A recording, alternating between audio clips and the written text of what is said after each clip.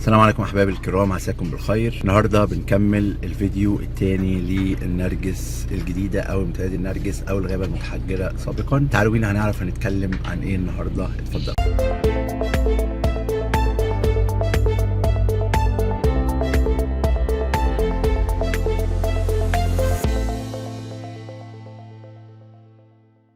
السلام عليكم ورحمه الله وبركاته احبابي الكرام، معاكم محمد المهدي، عساكم بخير دائما وابدا. نرجس الجديده الفيديو اللي فات صورنا لكم جزء منها الحد الشمالي ودخلنا في قلبها، مشينا فيها وشفنا التصوير بتاع الحاجات اللي تمت بالفعل. والنهارده بنكمل الفيديو الثاني من حرف الدي وبنحاول نوصل للحد الجنوبي ونطلع على الحد الشرقي، بحيث ان احنا نصور لكم على قد ما نقدر برضو الحاجات المتاحه. فيلا بينا نعرف هنصور ايه النهارده في النرجس الجديده ونشوف سوا الامور. وزي ما بقول لكم دايما تابعوني عشان تعرفوا كل ما يخص الابديت والابجريد. لو رجعنا للنرجس الجديده من فتره 6 شهور اللي انا كنت صورت فيهم هتلاقوا في اختلاف كتير اتعمل في الفتره دي. يلا بينا نكمل مع بعض فيديوهات النرجس الجديده. اتفضل. السلام عليكم احبابي الكرام، احنا فين؟ احنا في حرف الدي، في قلب حرف الدي ماشيين. اول مره همشي في الجزء دوت وهصور لكم المكان بحيث ان انتوا تشوفوا نهايه الدي. ناس كتير قوي بتسالني على نهايه الدي وهل هو منخفض مش منخفض، القطعه عامله ازاي، الشغل موجود ازاي، في حاجه منخفضه ولا لا. هو اخر شريحه في الظهر ممكن تكون منخفضه شويه، لكن ادينا ماشيين اهوت مع بعض. لو بصينا هنلاقي فيه عماير الشريط الاخير او الشريحه الاخيره ديت، هو ده الجزء المنخفض في حرف الدي، في اخر حرف الدي.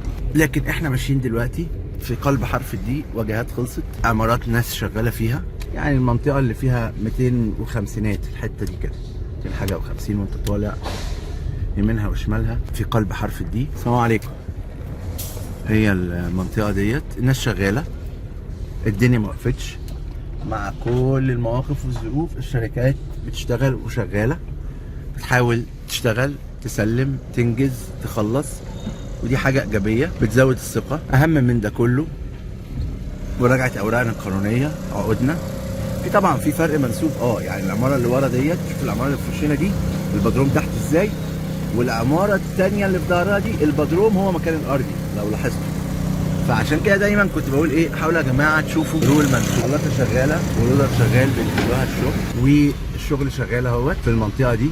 تعالوا نشوف كده احنا هنا الطريق شغال ولا واقف ولا ايه الحال. ادينا ماشيين في حتت ما مشيناش فيها بالفعل قبل كده.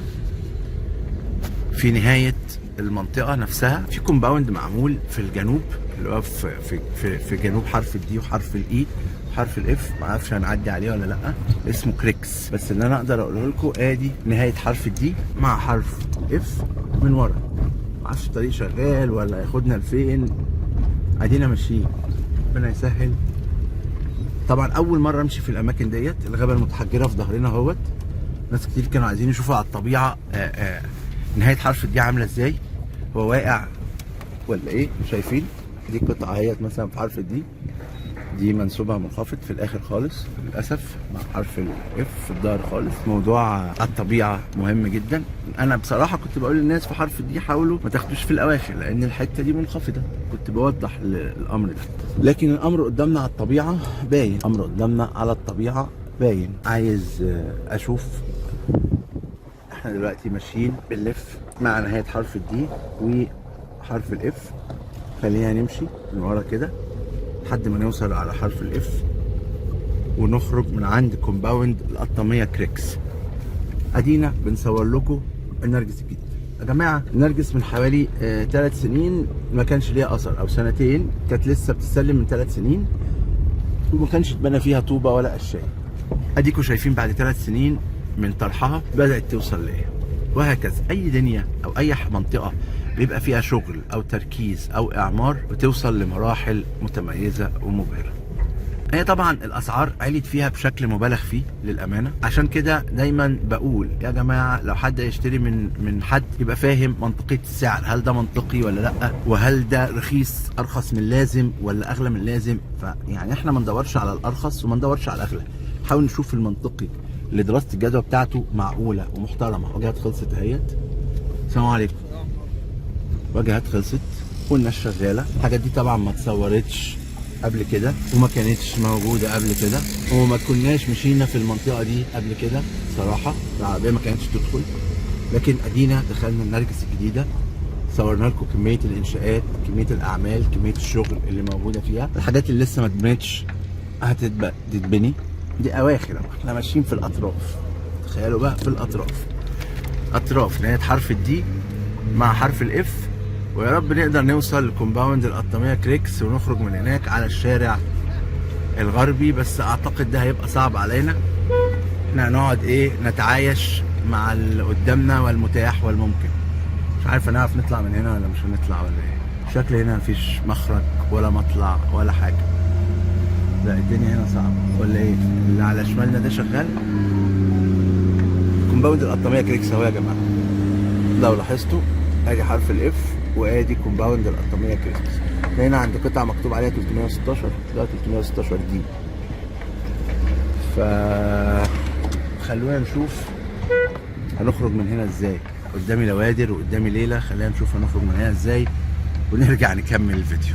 تحياتي ليك. عديت من حته خزعبليه بصراحه، كانت غرز ولوادر ودنيا، عديت الحمد لله. اشهد ان لا اله الا الله. والله يا جماعه العربيات الرينو عربيات محترمه وقويه، يعني مش تسويق ليها، بس انا بحب الرينو وبركب كل الانواع اللي بركبها رينو، سواء بقى ميجان، سواء فيلوانس في ميه هي تربه، سواء كيليو. احنا ماشيين دلوقتي لسه في قلب حرف الدي، اللي على شمالنا ده حرف الاي وحرف الاف. بنحاول نخرج اهوت من حرف الدي. حرف الدي اكبر عدد قطع موجوده في النرجس هي حرف الدي. من المواقع المميزه حروف تانية برضو كويسه ومتميزه، لكن ادينا بنحاول. كنت انا وريتكم القطاميه كريكس، معرفش بقى هل متاح نخرج منين، بس هو صعب يعني نرجع تاني على شارع القطاميه كريكس. ادينا بنحاول نخرج. احنا ماشيين في قلب حرف الدي. حرف الدي ده يعني يتو لفه بيضه، يعني ده لوحده تعتبر خدنا فيه الفيديو التاني كله، تخيلوا. بس هو في شغل كتير. ده الشارع ده احنا كنا فيه ولفينا بالفعل اهوت، كنا معديين على العماره دي في الفيديو اللي فات تقريبا. فاحنا راجعين دلوقتي، هنبدا ما بين بقى حرف السي وحرف البي، وممكن نطلع شمال ونطلع على الشارع الغربي بتاع النرجس الجديده، بحيث ان احنا لو طلعنا على الشارع الغربي هيبقى شيء ايجابي جدا، نقدر منه نصور لكم الحد الغربي، ويبقى كده انجزنا الامر دوت. احنا لو بصينا هنلاقي على يميننا حرف السي وبعديه حرف الاي، والسي اللي على يميننا بعديه حرف الجي، واللي على شمالنا حرف الاي وبعديه حرف الاف، وهنطلع منهم على الحد الغربي. ادينا طالعين اهوت، لان لو طلعنا من هنا على الحد الغربي يبقى احنا انجزنا بقى. السلام عليكم. يبقى احنا فعلا انجزنا بالفعل، لكن اتمنى ان الطريق يكون كامل. حرف السي على ايدينا اليمين اهو، وادينا مكملين، ويا رب كرمنا يا رب، يا رب كرمنا يا رب. وطبعا عمارات شغالين، هياكل شغاله. دايما باكد برضو غرز اهوت، ربنا يسهل اعدي الحته دي. وانا قريت ولا ايه على العربيه. يا مسهل يا مسهل يا مسهل يا مسهل يا مسهل. اشهد ان لا اله الا الله. عدينا الحمد لله الحمد لله. والله يا جماعه كميه رمل ما يعديش الا عربيه جيب، بس الحمد لله عدت العربيه. النرجس الجديده فيها فرق مناسيب، عشان كده كنت دايما بقول لو هتشتري حاولوا تشوفوا الارض على الطبيعه. في حته هتلاقي العمارات عاليه قوي زي الجزء ده كده، عاليه قوي قوي، والجزء ده منخفضه بصراحه. كومباوند القطاميه كريكس اهوت، هتلاقوا ده الفاصل ما بين حرف الاف وحرف الاي. في الدار كومباوند القطاميه كريكس، العماير او الشغل بتاعه البوابات بتاعته اهوت، شارع عريض ممكن اخش منه، او خلينا نطلع على طول عشان نجيب الحد الغربي. اللي على يميننا دلوقتي حرف الجي، خلصنا حرف السي ودخلنا وخلصنا حرف الاي ودخلنا في حرف الاف. ده الشارع الفاصل اللي ما بين حرف الجي وحرف الاف اللي طلعنا على الحد الغربي. كانت رحله مشوقه بصراحه، اتمنى ان انتوا تكونوا استفدتوا. الحاجات دي كلها ترخيصها بدروم وارضي ودورين. لما نيجي نشتري لازم نبقى عارفين هنشتري ازاي وايه ومن مين، لازم نبقى فاهمين منصات التشطيب، لازم نبقى فاهمين ورقنا القانوني، حصتنا في الارض، التنازل، كل الكلام ده يا جماعه مهم مهم مهم مهم بشكل لا تتخيلوه.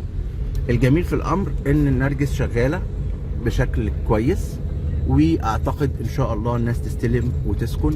بس انا اعتقد السكن مش قبل سنتين ثلاثه عشان تسكن بحقه حقيقي وتبدا تشتغل. لكن اللي بيحصل على ارض الواقع من شغل وجهد ومباني ده شيء ايجابي ويفرح. احنا خلاص خارجين اهوت على الحد الغربي عشان يبقى صورنا لكم كده من قلب النرجس الجديده والحد الغربي مع جزء الحد الجنوبي في الفيديو دوت، ويبقى بفضل لنا دلوقتي الحد الشرقي وفقط. تعالوا نطلع. ايوه ايوه ايوه، في وشنا كومباوند الدبلوماسيين بالفعل. هندخل يمين. الفيديو ده طول معلش بس كان مهم. هندخل يمين هنلاقي الكوبري اللي انا كنت مصوره لكم في الاول وانا بصور فيه محطه الصرف في الجزء الشمالي. ده الحد الغربي، وده اللي على يميننا ده حرف الجي في الحد الغربي، وادي الدبلوماسيين. وزي ما انتم شايفين نرجس الجديده اتعمل فيها شغل كبير عن ما كنا صورنا اخر مره. اللي محتاج اي معلومه تخص النرجس الجديده ترجع لنا على طول. الكوبري في وشنا اهوت، وادي نهايه الحد الغربي. لو مشينا على طول هنوصل لمسجد فاطمه الشربطلي، واكيد كل الناس فاهمه الموضوع دوت. واحنا صورنا بالفعل الحد البحري في الفيديو الاولاني، بس انا بصور لكم من على الطبيعه الجزء الغربي الشمالي اللي فيه محطه الصرف اللي احنا كنا اتكلمنا عليها اهيت على ايدينا اليمين. هي مش عملاقه، مش كبيره قوي، لكن هي ديت المحطه اللي بتخدم منطقه النرجس الجديده. ارجو ان يكون الفيديو ده فاتكم. تحياتي. ده احنا دلوقتي نهينا الفيديو الثاني بتاع النرجس الجديده. زي ما انتم شايفين صورنا لكم النرجس الجديده من جوه من عند حرف الدي، وبعد كده خرجنا من عند الحد الغربي وصورناه لكم. اتمنى ان هو يكون الفيديو ده وضح لكم الصوره. هيكون باقي لنا فيديو واحد اللي هو الحد الشرقي بتاع النرجس الجديده مع الجزء اللي هو الخاص بيه اللي هو بقيه الحد الشمالي ما كناش صورناه مع الحد الشرقي، والجزء اللي هو الخاص بالنرجس اللي اتطرحت جديد هنصورها لكم على الطبيعه. اتمنى التوفيق للجميع، ودايما بقول لكم لو محتاجين اي نصيحه او اي معلومات او اي شيء يخص القاهره الجديده بشكل عام او التجمع الخامس او النرجس الجديده بشكل خاص، تواصلوا معايا هنفيدكم هنوجهكم. تتعاملوا مع مين، تتحركوا ازاي، ورقكم القانوني ايه، تعديلات عقودكم ايه. اتمنى لكم دايما السعاده والتوفيق، واقدر ارد عليكم دايما وعلى كل استفساراتكم. اراكم دائما على الف خير. كان معاكم محمد المهدي. السلام عليكم ورحمه الله وبركاته.